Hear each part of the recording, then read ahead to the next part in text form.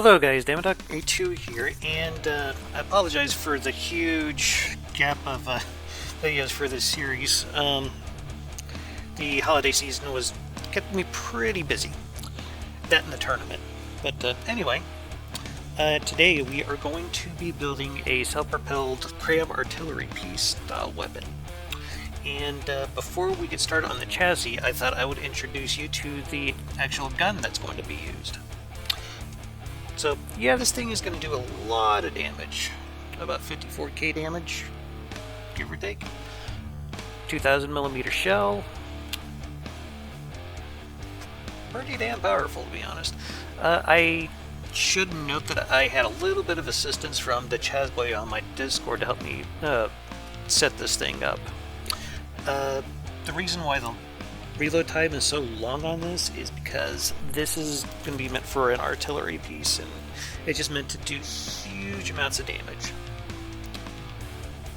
If it was more like, I don't know, for like a tank or a ship or something like that, I would probably get that reload way further down, probably like maybe up to 20 seconds, give or take. But anyway, yeah, very, very big gun. I think it would be prudent to give you guys a test of it before we continue. So I'm just going to go ahead and spawn in I think an Onyx Watch tank. Usually their stuff's pretty good for target practice because they're so big and slow. So let's see here, tanks, and I usually like to go with Bison. So I'm just going to spawn one in for now.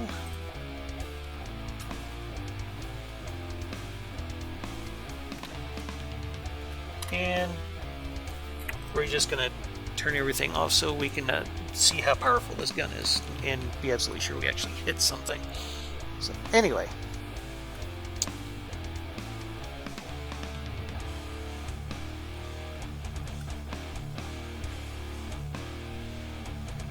looks like it's trying to get a bearing on it.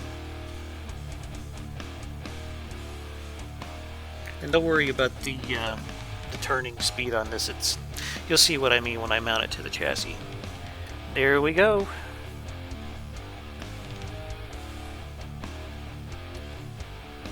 Boom! 62k explosive damage and exposed a lot of vital stuff down here in the bottom. So yeah, this thing would be very vulnerable to high explosives now after that. So yeah, this is the gun that we will be mounting on our self-propelled artillery piece. So let's destroy that tank out there. Now, the way I plan on doing this is I'm going to be mounting this thing on its side, so then that way it will use the actual turret block to give it its elevation. The tank AI itself will be able to put it on the correct bearing, so it won't have to worry too much about turning the barrel left or right to line up with the target. So I think I'm just going to build a chassis from scratch for you guys.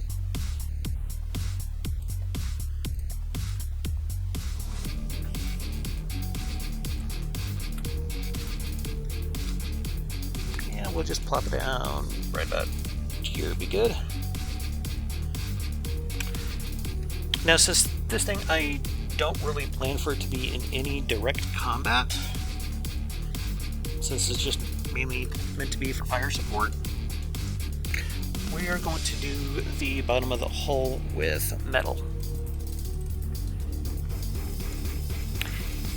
And I never really, well, maybe once in a rare instance I'll actually look to see what kind of measurements I'm going with, but with tank design I just kind of go with what looks good and just kind of go from there. Alright, I think we're good on that, so let's go ahead and mount our wheels. Remember, this one seems to have been giving me the best luck here, so yeah. These seem to work a hell of a lot better than using the other ones. They seem to just provide a lot more power overall. Okay. So now we got our wheels on there, so let's go ahead and set them up for the tank steering presets. We'll go here under drive control, one click on up, 2 clicks on down. then 2 clicks on left and 1 click on right. And we're going to spread to touch some of the components. I'm going to make sure that goes to where we want to.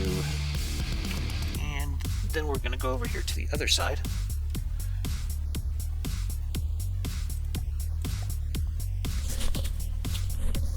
Let's see. We'll go to drive control here. Up green, right red, left green, down red. We'll spread to some touching components. And I think since this thing is going to be an artillery piece, we're going to reduce the amount of power that the wheels use because it isn't as important for it to be as fast as the tanks. Though probably beyond about maybe 2 kilometers, this thing probably isn't going to be able to hit targets pretty well in all fairness. So. Oh well. Okay. So now we have our base here for it. I'm going to go ahead and slap down an AI. Probably isn't really going to matter too much about where we put this thing, so we're going to plop it there.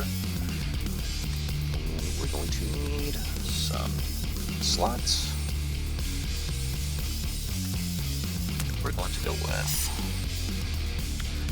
the frontal hovercraft AI expansion. Turn on bare bones, we'll only get one of them. Then we're going to go and grab behaviors and expansion AIs. I want the target prioritization. I want to set these all to 0. I want to go for the closest, the lowest, and the slowest. So that way it'll always try to attack the bigger, more heavier targets. We'll have it set to a priority up here just a little bit higher than normal. That looks good.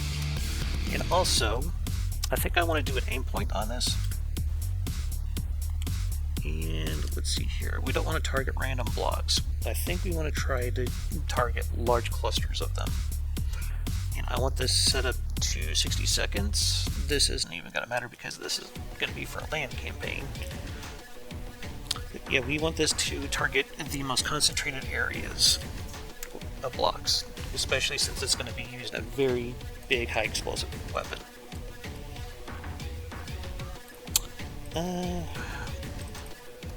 We'll just give it a little bit more expansion because I imagine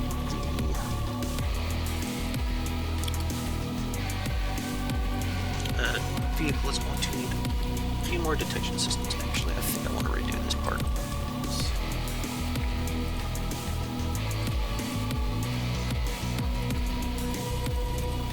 There we go. Bring this down. Put that there. And over here, I'm going to cover this up. Now, if this was a tank, I'd be armoring it a hell of a lot more heavily than this, but since it's not, we're going to go with something a little bit cheaper and simpler. And generally, at least this is kind of the consensus that I get from a lot of people who play FTD, they usually don't seem to spend as much materials on support craft as they would normally do on the craft that they would actually use to do the heavy fighting with. Actually, let's bring that back.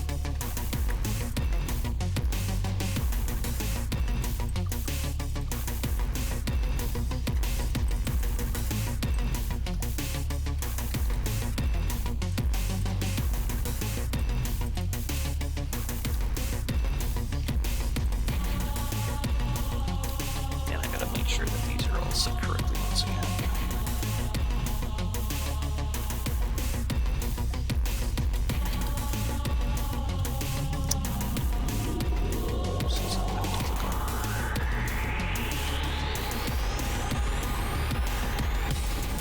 There we go.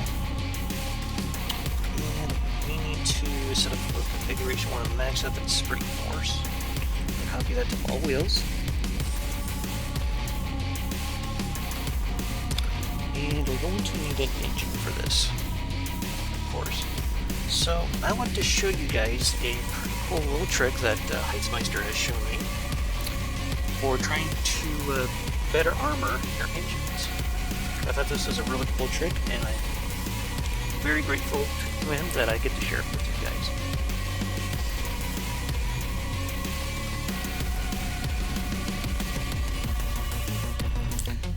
So, what we do here is we go under air. We're going to grab ducts. We're going to grab these metal ducts.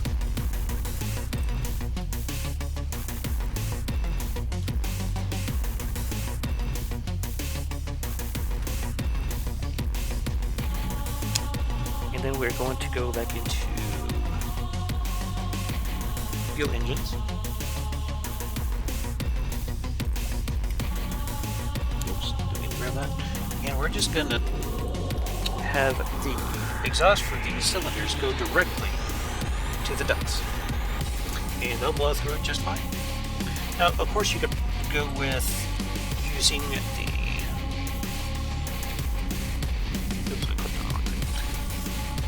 You could probably go using this plug right here. However, if you're making the bottom out of heavy armor, like I do with a lot of my tanks, then you can use these right here and have a significantly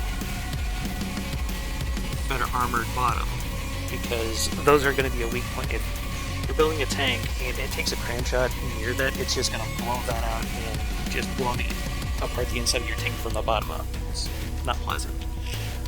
So that's why I thought that this was such a very important thing to show you guys.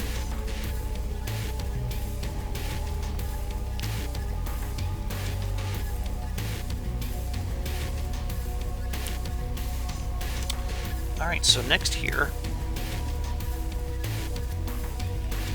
I think I want to put some slopes here.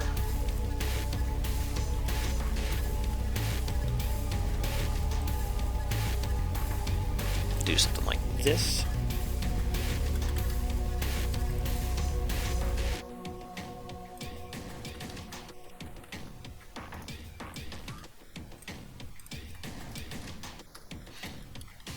And we're going to give this thing basically the same treatment as we do with a lot of the tanks. It's going to have the very, very basic spall liner here in the front. Remember, this thing isn't intended to be directly on the front line, so it probably isn't going to need the armor nearly as bad. Of course, you can always build this differently or however the hell you want to, but the cheaper that we can make this thing, the more of them we can have, and that's kind of the logic behind this idea. Alright, so we got that now. I think, since it's metal, I want to make the armor just a little bit thicker. But it's still going to be way cheaper than using heavy. Okay, so for the spall liner, I think for this one, I'm just going to go ahead and go with wood. It's a little bit cheaper than stone. But we're not nearly as worried about survival for this thing as we would a tank, so we're just going to go with wood.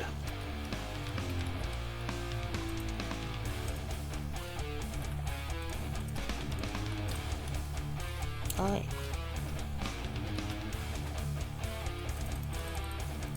So basically what I have in mind for this is it's going to be an artillery piece that looks pretty similar to, for those of you who are familiar with Warhammer 40k, basically this thing is going to end up looking like a basilisk. For those of you who are not familiar with Warhammer 40k, I will put a picture up right about now, and that way you'll be able to see kind of what I am looking for here as far as a design. And always remember, slopes are your friend when designing frontal armor, because they will deflect shells a hell of a lot more easily. Okay, so we're probably going to try saving the prettying up of this to like the end, so let's see, I'm going to go in here, we're going to go under resources, we want to grab, I think a 2 meter beam probably do us for fuel.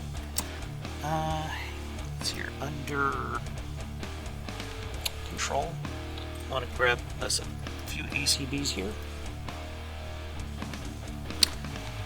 And let's see. We want this one to control the right turning.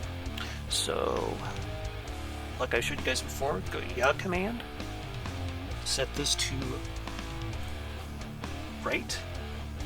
And then under target action, you go to complex controls. Set that to activate. And then you set this to right. Then we can copy this over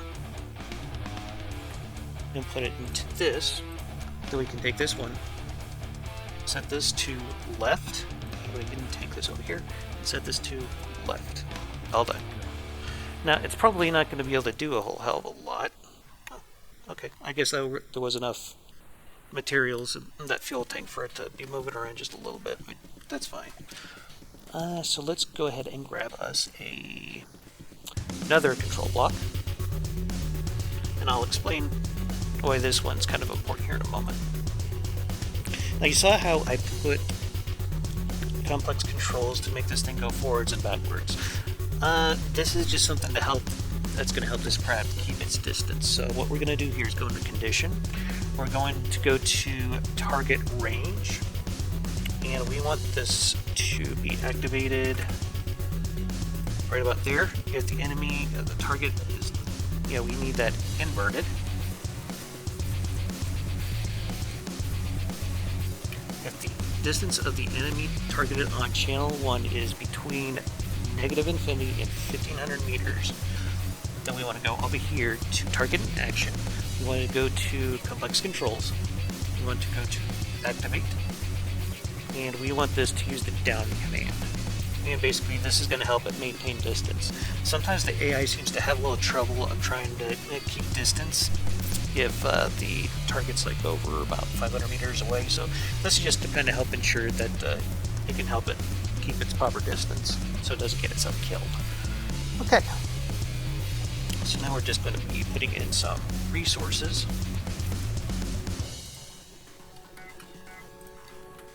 And that might be enough. Yeah, I think that could be enough to get us by. And I think I want to do something with the ammo.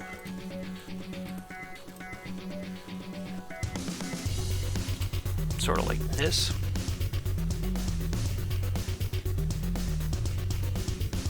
And we're going to go into resources. Actually, let's take this out. I don't like how close that ammo is sitting to the front of this. Yeah.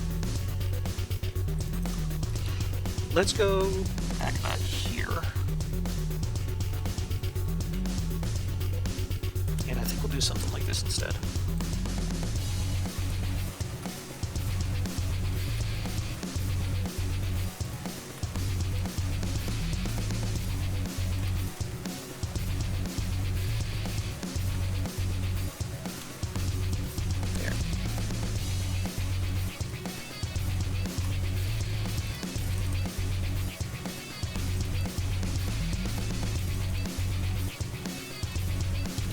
We have some basic armor. We have our steering system set up correctly.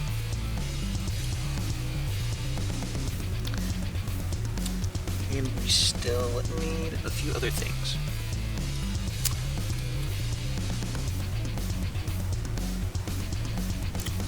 Alright, so let's get our detection set up. I think I want to do it about here. Actually, now let's put them on top. Yeah. Let's go into AI, and then we're going to need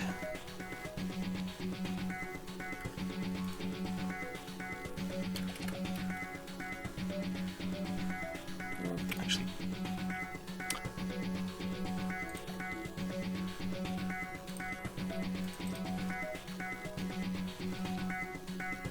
let's put in these first, just so we can get an idea where the detection equipment is going to be placed. Okay.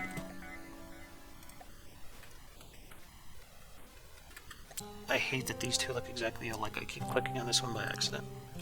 Okay, so that's good. And that's good. So we'll go ahead and put a gimbal camera tracker there. Don't worry, it should still be able to see through that hole. The reason why I'm using this in this manner is so that way we'll get the best or some of the best possible bearings out of this. Yeah. If you now look at the numbers here, this one has a lot better accuracy than a lot of the other detection systems that we're looking at here. So that's why we're going to go with that. Alright, so now let's grab some slopage.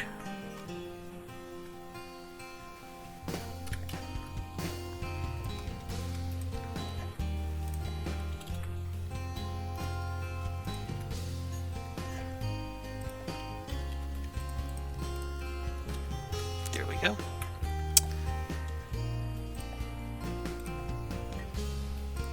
And we'll just give them a pleat over the top here. And down here in the AI, we're going to add some other components here. I need to turn the mirror line off. Well, I didn't turn it off. It's kind of hard to see if it's off or not if I can't see the damn mirror line. Okay, good. Now then,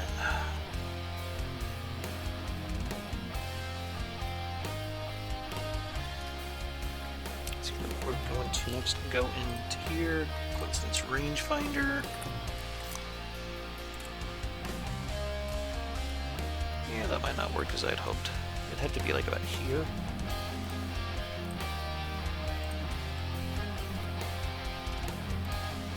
Yeah, screw it. We'll just stick with this. This isn't a detection tutorial anyway, so yeah.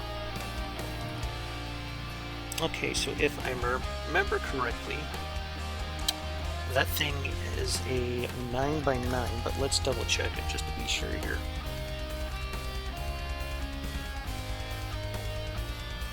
No, I was a little off. It's 7x7.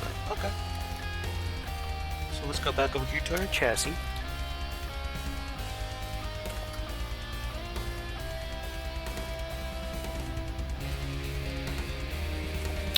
Right about here, that's where it's going to need to be placed. Now, one of the issues with this is we may need some more room for this to elevate and depress.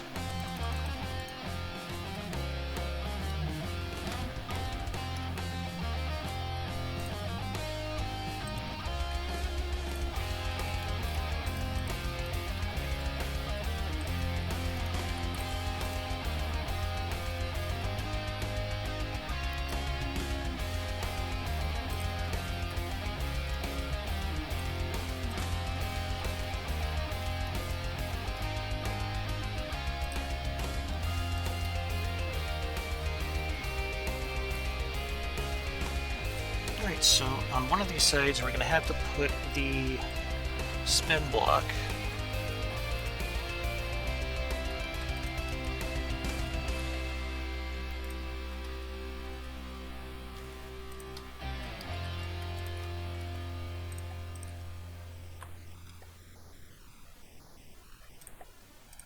Hopefully this will give us enough clearance for it on either side. I'm trying to pretty up just a little bit.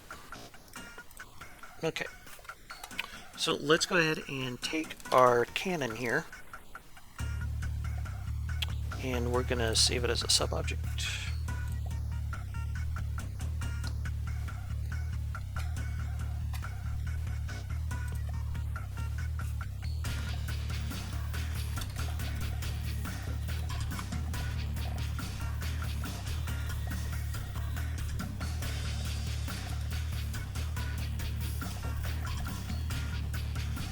Alright, so now we got that. Oops. There we go.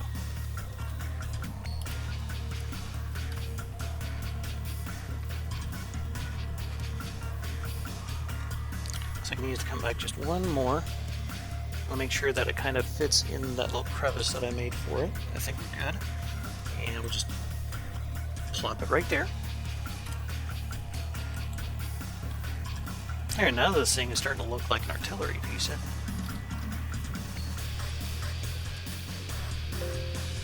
And don't mind that beep, that's just another video I was working on. Just finished rendering. I believe it's another tournament video. Hope you guys have been enjoying that so far. Let's see here. Now we're going to need to grab a local weapons controller. I'll find out where we put our spin block. And we'll put that dude right there. And we'll give it a wireless receiver. And this other one we can just leave hollow.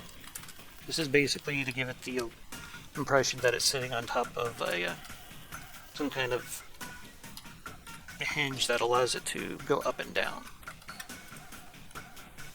But if this bit here is shot off or destroyed, that cannon is just going to fall right off of there, so something to be aware of.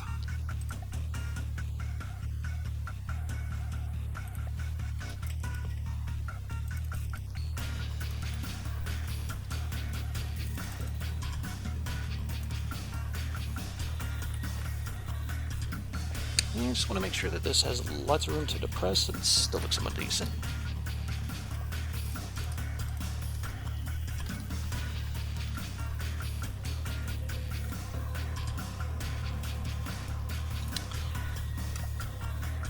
Yeah, I just want to add a few more things down here. I'm going to go ahead and give it an inter-vehicle transmitter. Make sure that mirror line's turned off. And I'm going to give it some processing cards.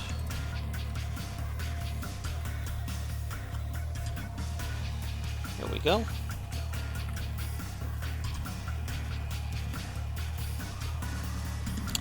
Alright, so now I'm going to put a gun shield on this thing. So let me show you guys how I do that now. Okay. Trying to get an idea here.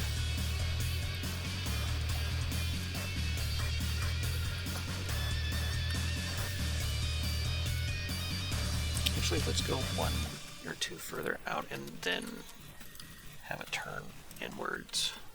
Something like this. Yeah.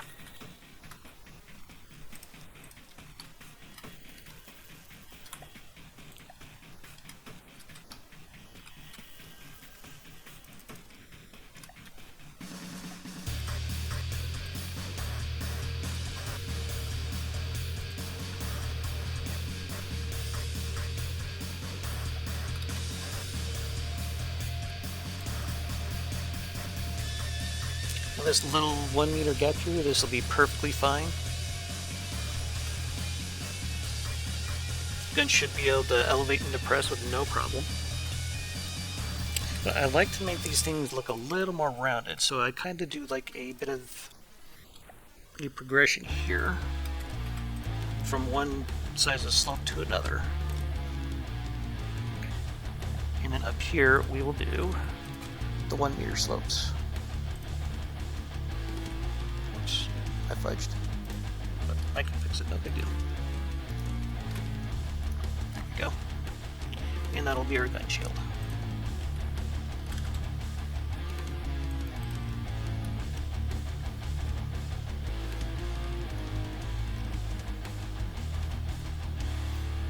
Alright, so I'm going to do a time lapse here to finish this off, try to make it a little bit nicer. And then we'll do some combat testing with it. So see you guys after the time lapse.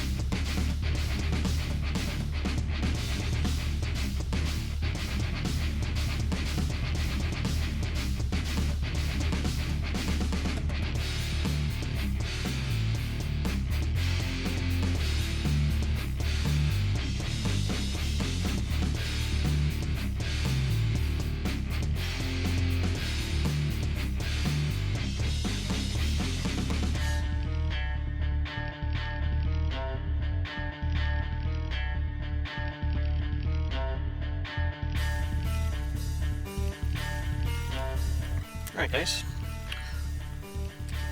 hope you enjoyed that time lapse there.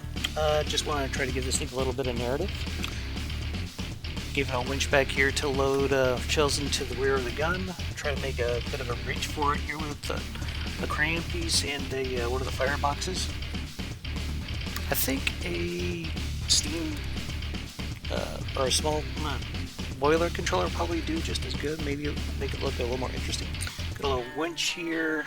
Got some chains. I gave it like this hydraulic system. Just trying to make it look like there's a little bit more going on with it. So now let's give this thing a save and then we'll do some combat testing.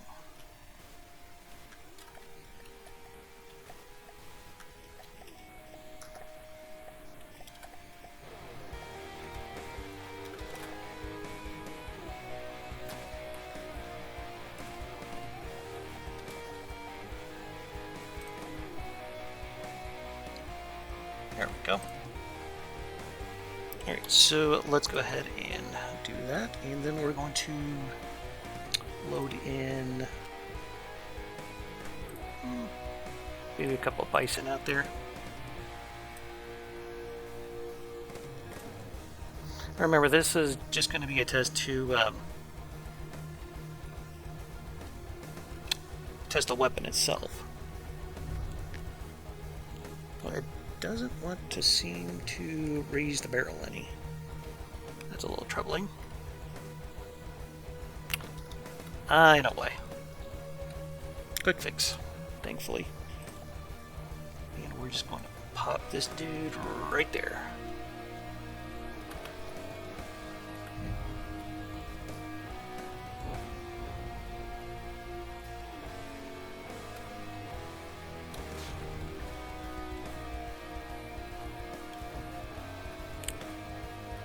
Now, because the nature of this weapon and how it's supposed to be used, I went and gave it a timed fuse for the cram cannon, so that way it at least caused an explosion somewhere in the same neighborhood as its target. Though I think for just demonstration purposes, we're going to stop those bison tanks here so we can see how this thing performs. Because it's just going to constantly back away from them otherwise. And bam, 32k damage. Not too bad. Now remember, this thing is not meant to directly fight. It's just kind of designed to like stay back a little ways and then just pummel shit from afar.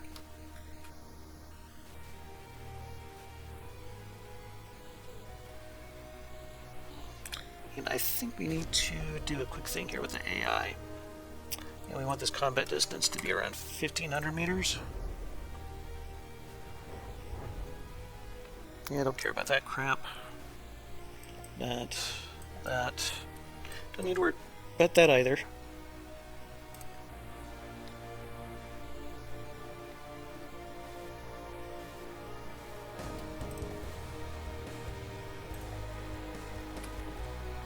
There we go. Now it's backed up to a good distance.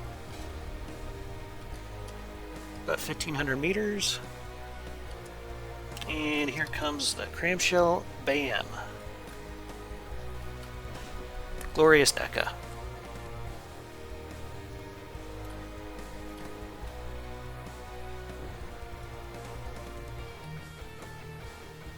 I'm gonna figure that may be a problem. This beam up here. So I think I'll just go ahead and remove it outright for now.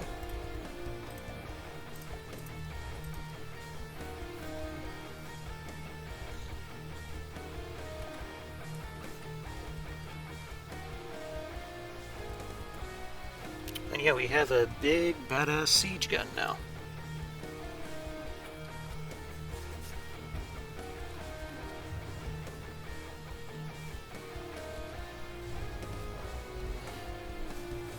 So I'm thinking in the next tutorial, we're going to cover how to do what I'm going to call a super heavy tank. Basically, we're going to build a chassis, and then we're going to build a turret and they're going to be two completely separate vehicles. They're going to be attached to one another via a docking station. And the docking station is going to be on a turret block that spins. It's basically the same method that the Twin Guard make their mechs. And we're going to use that method to build a very, very overpowered tank. At least that's the idea anyway. So I hope you guys got something out of this. I love making these videos for you guys. I'm just always worried that I'm going to be leaving some important bit of information out for you guys. But if you have any questions or comments, feel free to leave them in the comments below. And with all that said, I'm going to say I hope you guys have a hell of a day, and keep your hammer high. Later.